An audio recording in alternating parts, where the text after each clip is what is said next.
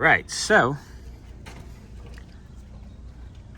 Xander has hit this with the oil leader and the pressure washer. He's gonna come back and do a second round. But look at how much cleaner everything is already. It's looking really good, but you can definitely see that's where our leak was. Filler neck's on the way. So that's coming together. Probably another pass with some oil leader, and away we go. All right, round 2 of cleanup. It's looking good, looking real good. There's still a little bit of schmutz. It's gonna take probably another pass, but it's getting there. Well, boys. Hi. Yeah, it's a lot cleaner. It is a lot cleaner.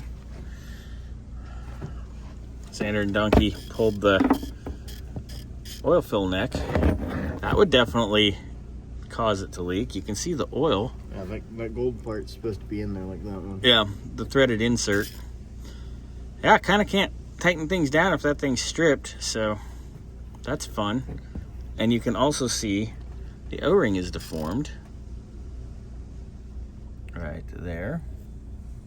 Which, if this isn't bolted in, crankcase pressure will lift that up And pinch the O-ring, and that's where we get our piddle. And what's funny is this has been replaced before, because there's a manufacture date between 8 and 9 of 20. So this was replaced at some point at the dealer, which explains why that was over tightened and pulled out, because, you know, dealer technician. 3 Ugga-Duggas, right? Yeah. All right, so I'm gonna clean this baby up, put a fresh O-ring on it. Good news is that means we don't need a new one.